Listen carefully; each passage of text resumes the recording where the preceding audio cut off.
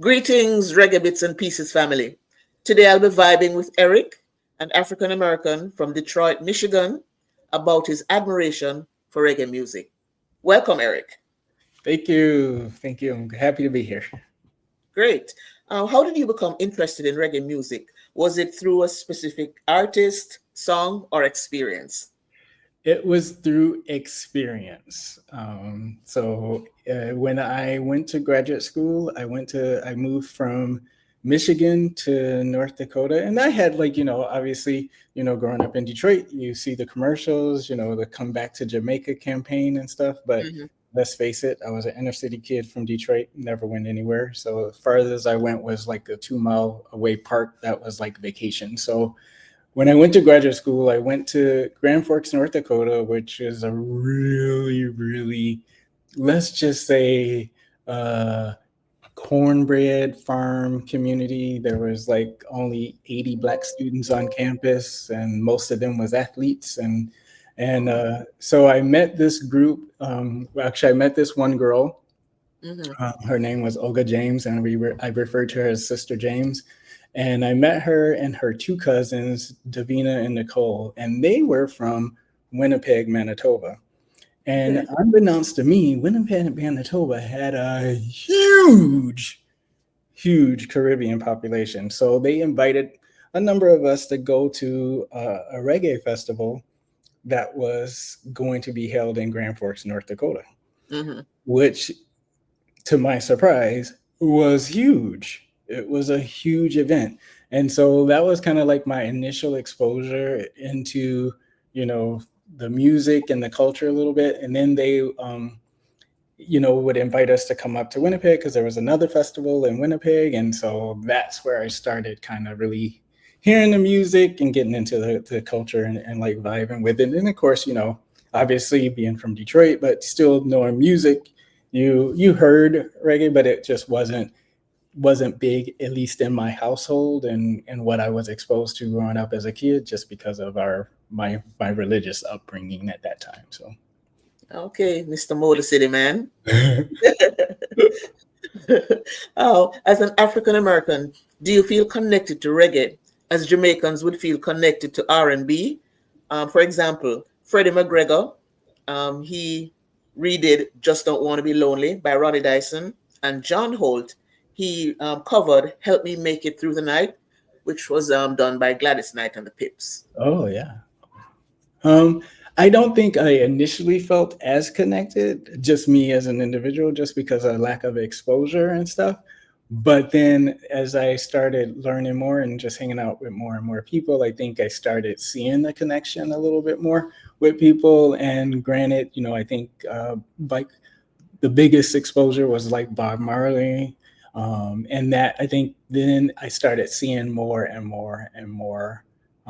And then, of course, with the rise in hip hop music in the 80s and how that transcended a little bit, I think that really increased the collaborations that I saw Mhm. between people. But my like really get into it, and this is kind of sad, and this is probably going to date me, but it was like the Reggae Gold albums that came out in the US. Yeah, And so okay. because it had a variety of artists on it, and so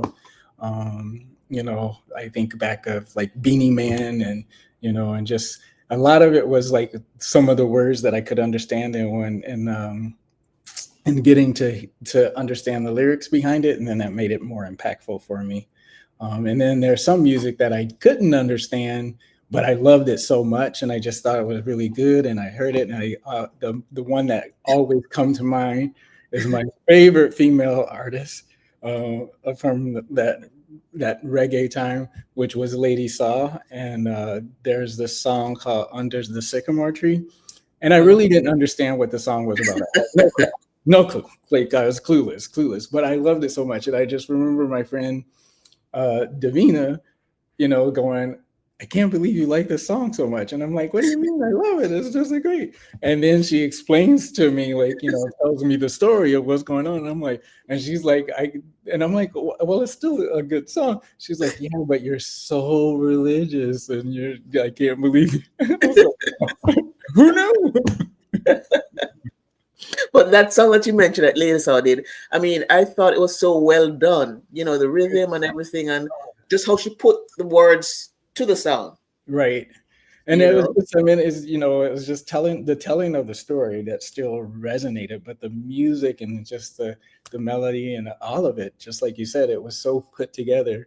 And then she like rapidly became one of my favorite artists from reggae and stuff. So yeah. And I feel that although she is now Minister Marion Hall, if she were to come back to dance hall, I mean, she would just pick up where she left off. Let me put it that way. She's yeah, just that good, yes, yep. you know. And as an artist, I agree with you. Like I think like even her music, like I've seen her perform from from the religious side, and it's still that artistry is still Yes, there. It's still still there. there, still there. She's just a great lyricist. Correct. Correct. You know. Yep. What role does reggae's focus on social justice play in your appreciation of the music? I think I think that plays a primary focus in the sense of just being able to tell the story, Hmm. right? And it's just for me, it's just being able to share the story of the struggle and the justice of it all, and it speaks to it brings the story to life, Hmm. right? And you might get caught up in the music and the beat of it all and stuff, but when you step back and you listen and you hear, you're learning something and you're growing from it. And so I think that's what gets to me. And I think about like reggae music can set the tone for a lot of different vibes, if you will. You have your like it's like 7:30, 8 o'clock. I'm getting ready to go out. Then I'm gonna hit into the dance hall, and then you have your morning stuff that's just gonna get you in that mindset to prepare you for what you have for the day.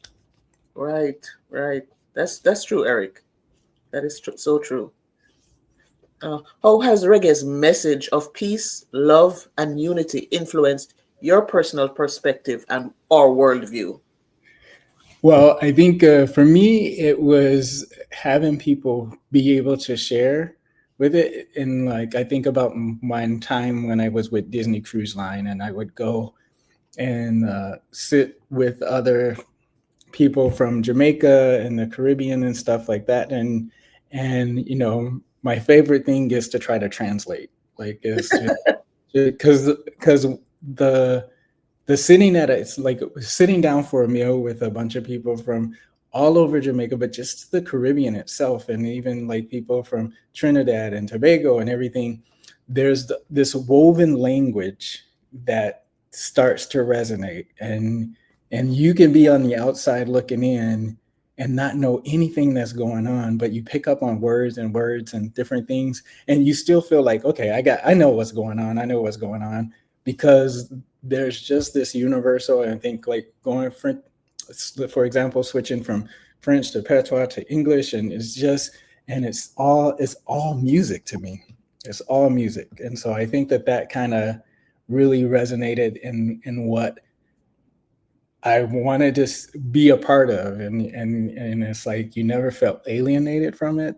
Wow. And then people would look at you and be like, you don't know what we just said, right? And you're like, well, I kind of got an idea. And they're like, well, you're partially right, but you missed this part, and but you don't feel alienated.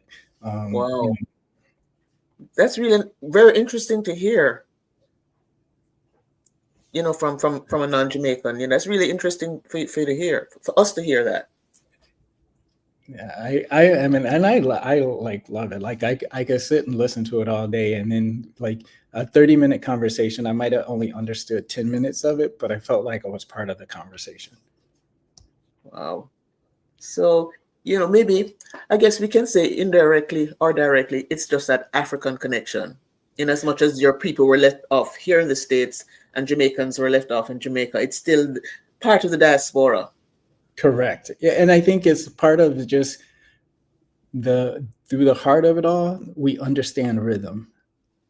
Right. And the language has rhythm. It has rhythm. The music has rhythm. And because of that, like Stevie Wonder said, music is and always will be, and I think that's that's how it breathes through us and connects Like us all. that universal language. Correct. Yeah. What makes a reggae rhythm, Eric, and bass line so captivating to you? How would you describe it? Oh gosh, that's hard. I'm trying to think of a. I think just the beat of the drum kind of thing, that just the beat, that bass line that comes in, and you think about like R&B music. I think it's everything that you're used to hearing, and it's like, Mhm. my grandmother always said, you do march to the beat of your own drum kind of thing, but True. it's the drum that you're hearing, and I think that's what kind of draws me in and stuff, and it's like that with, I think, with gospel music, R&B, and any hip hop. If it has a good bass line and a good beat, then we're all about it. Yeah, yeah, yeah. Like you said, rhythm.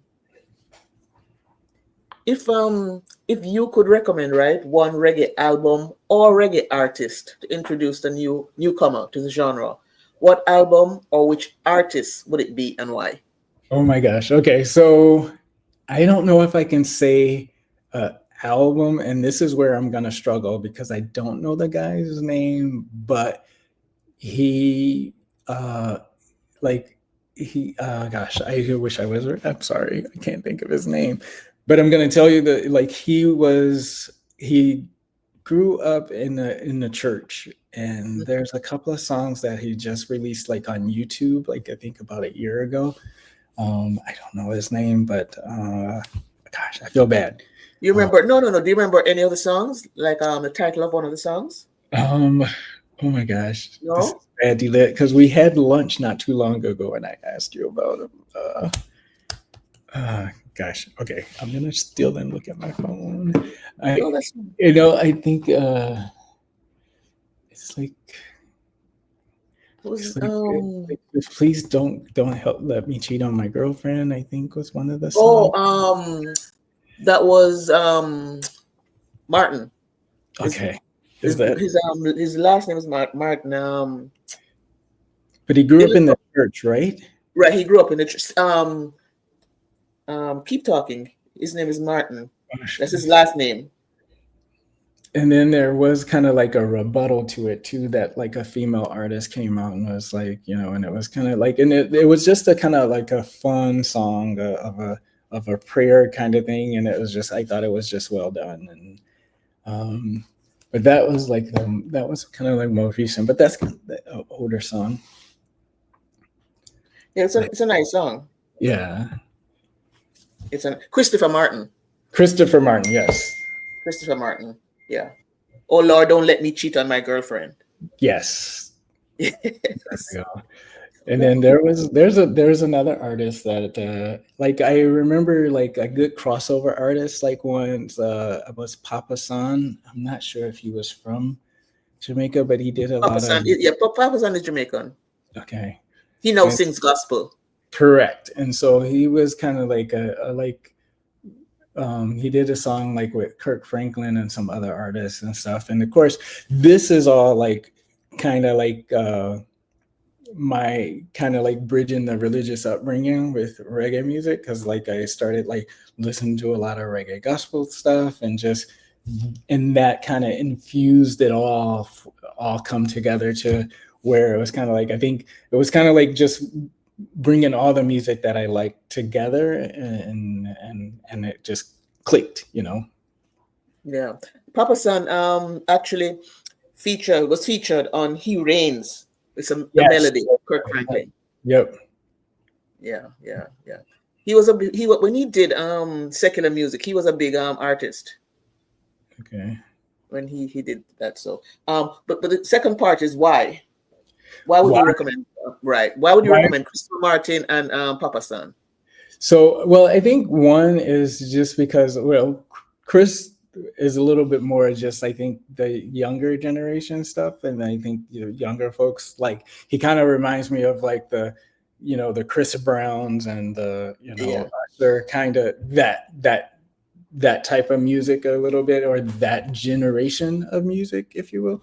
Hmm. So I think it kind of helped because, reggaeton is kind of big and stuff, but I don't know if people get into some of the artists like that. So that's why I would recommend him. And then also because I think, like I think back of like what was this, like Beanie Man. Beanie Man was good and he had some good songs and stuff like that. But at this stage in my life and age of the game, I am language adverse for a lot of things. So I think, so I think when I like if it's like more of wholesome language, I think of my nieces and nephews and what I would like them to be hearing and saying and things like that. So I think at this stage in my life that I'm a little bit more language averse, and so that's why I would kind of recommend those artists a little bit more. Yeah, and on this channel too, we have artists who have interviewed. For example, Steely. Steely just came out with his new album Awakening. You might want to check that out. Okay. And Marlon Clark, he is Jamaican and he sings out of the UK. He has a song that's called Reggae is My Religion. Okay. He's also featured on this channel as well. And I know Marlon will be coming out with an EP later on this year. I can't remember which month. I think it's November. Oh, He's okay. working. And there's also Steve Knight on my channel and Birdseye. Great. And there was an episode on the channel, I think it might have been, oh gosh, 3 episodes ago or 4 episodes ago. I'm not sure. But there was, there was an artist that you featured and I didn't know. I was like, oh, this is pretty cool. Like I didn't know this person. I can't remember it, but I'll have to go back and look. But yeah, so I think it introduces a lot in a lot of different education in sense of like, like we talked about like Frederick Douglass and some other things of people that didn't have Jamaican, that I didn't know had like Jamaican roots. And there's like, You admit, I think Marcus Garvey. Marcus Garvey, yeah, and then there was like the runner. There was the episode where you talked about there was the Olympic runner. Was it Chilean Fraser Price? From Jamaica. There was that. Was it Chilean? Yes, I think it was. She's one of the best, if not the best, female runner ever. So arguably. So yeah, so Reggae Beats and Pieces is bringing a lot of more education for me, and who knows, everyone else that's out there listening. I appreciate that, Eric, because the channel really is to expose persons, to the world, persons who are unsung, so to speak, and for persons who don't, know much about reggae. I'm not saying that you don't know much about reggae. I'm just saying generally speaking. I don't know. I'm very much learning and enjoying the journey. So, but you're appreciating the music, which is good. And reggae music is really music of the people. Yes, the cry of the people. And I think that that's what I enjoy most about it, because I love the culture and the people and just like the folks that I met on the ship from Jamaica. And really that's like when I started working in the cruise industry is really when I got out of I don't want to say my comfort zone, just out of the shell of being, in Detroit and in America, and working in an international environment where, I get to sit down at the table with folks who look like me, who initially, the kids are all sitting together in the cafeteria kind of thing, but we have a totally different upbringing, different and just different understanding of the way the world works and that different viewpoint. And when you start having conversations and you hear the stories, you start finding where those tapestries of life intertwine, and those threads are somewhat common in places and they're different in other places. But when you weave those all together, you find this, this blanket of life that is simply put an amazing work of art. And I think that's what I see. Well said, Eric. Absolutely. Absolutely. And, you and I are good friends and we get along very well. I'm from the Caribbean. I'm from Jamaica, as you know, and you're from, Detroit. Yeah. But we have such interesting conversations. You know what I mean? You look like me and I look like you. Absolutely. Absolutely. And for me, it's just bringing all of us in the diaspora together. Absolutely. Absolutely. And I think through the music and through the conversations and just the opening of our eyes and mind, I think that's where our true strength lies, Right. and makes us an unstoppable. Absolutely. I agree. I agree. Do you have any favorite non-reggae songs that have been covered in reggae style? Do I have? Oh my gosh! Oh my gosh! There is a. Oh my gosh! So Can't it feels remember. like I'm put it on the spot, but so there's a gospel song that's like it's what does it say? It says gosh, straining here. This is such a so bad thing, but there's a gospel song where it's like everybody's always talking about me, but I don't mind. They try to stop my blessings, but I and there's a reggae artist that did it, and it's like a beautiful cover because the song is like like it's like Inez Andrews time period where it's like when I say that's like my grandmother's time period, and so it's kind of a slow song, but then when it's put to the reggae and the music, and you're just like yes, you get fired up. And then there's another one that I just been listening to that has that it's not really reggae, but it has that Caribbean island Feel to flavor. it. Yeah. And it's by Brent Jones and TB Mob is uh, and it's like it's good to be uh, alive, but it's best to live, or something like that is the thing, and it goes into this true reggae like vibe where he's like, "Oh, we're going to go Rasta," in the song, and it's just amazing. And I have to say, if when I hear that song, it hits me in the morning or on the drive to work, Wow. it gets you. It like reels you in, and it's like, yes, you're ready to take on the world and stuff. And Yes. Yes. so yeah, so those are two songs that yeah, when I hear them, I think of the original version, but I think this is definitely, and there's a lot of different songs that kind of they go into that carnival groove, if you will, or you know, Yeah. But you might want to make note also of the two that I mentioned earlier yeah, on Eric. Marlon Clark. Freddie McGregor, Just Don't Want to Be Lonely. Okay, Ronnie Dyson did that. And John Holt, Help Me Make It Through the Night by Gladys Knight and the Pips. Reggae version. Sweet. okay, yeah.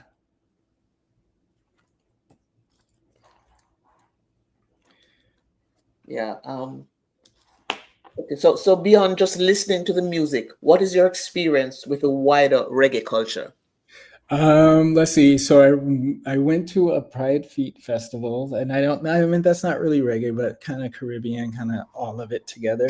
And I've only been to Jamaica a few times when I worked on ships and stuff. So, you know, I mean, it's kind of sad to say, but the only other interaction has been food because we all eat. Okay, so I have to be honest. So yeah, so it's been food, and but I just think, and obviously just making sure that like my network of friends and stuff, and just getting to enjoy the stories and the upbringing and things like that. And I am obsessed with, there's this Instagram post there where they interview these babies, and they talk with the Caribbean accent, and it's just kind of like they ask these kids the craziest things, and you can tell they're like voiceovers because they're AI generated, but I like that too. So it's kind of fun. It's humorous. It's entertaining. You're so open to you're so open to the culture, which is nice. You're not closed-minded. No, are you kidding me? I live for the culture, and it's kind of like I try to make sure I challenge myself that I am enjoying it and embracing it, to participate in it and not appropriate it, kind of thing. Right. Right. Right.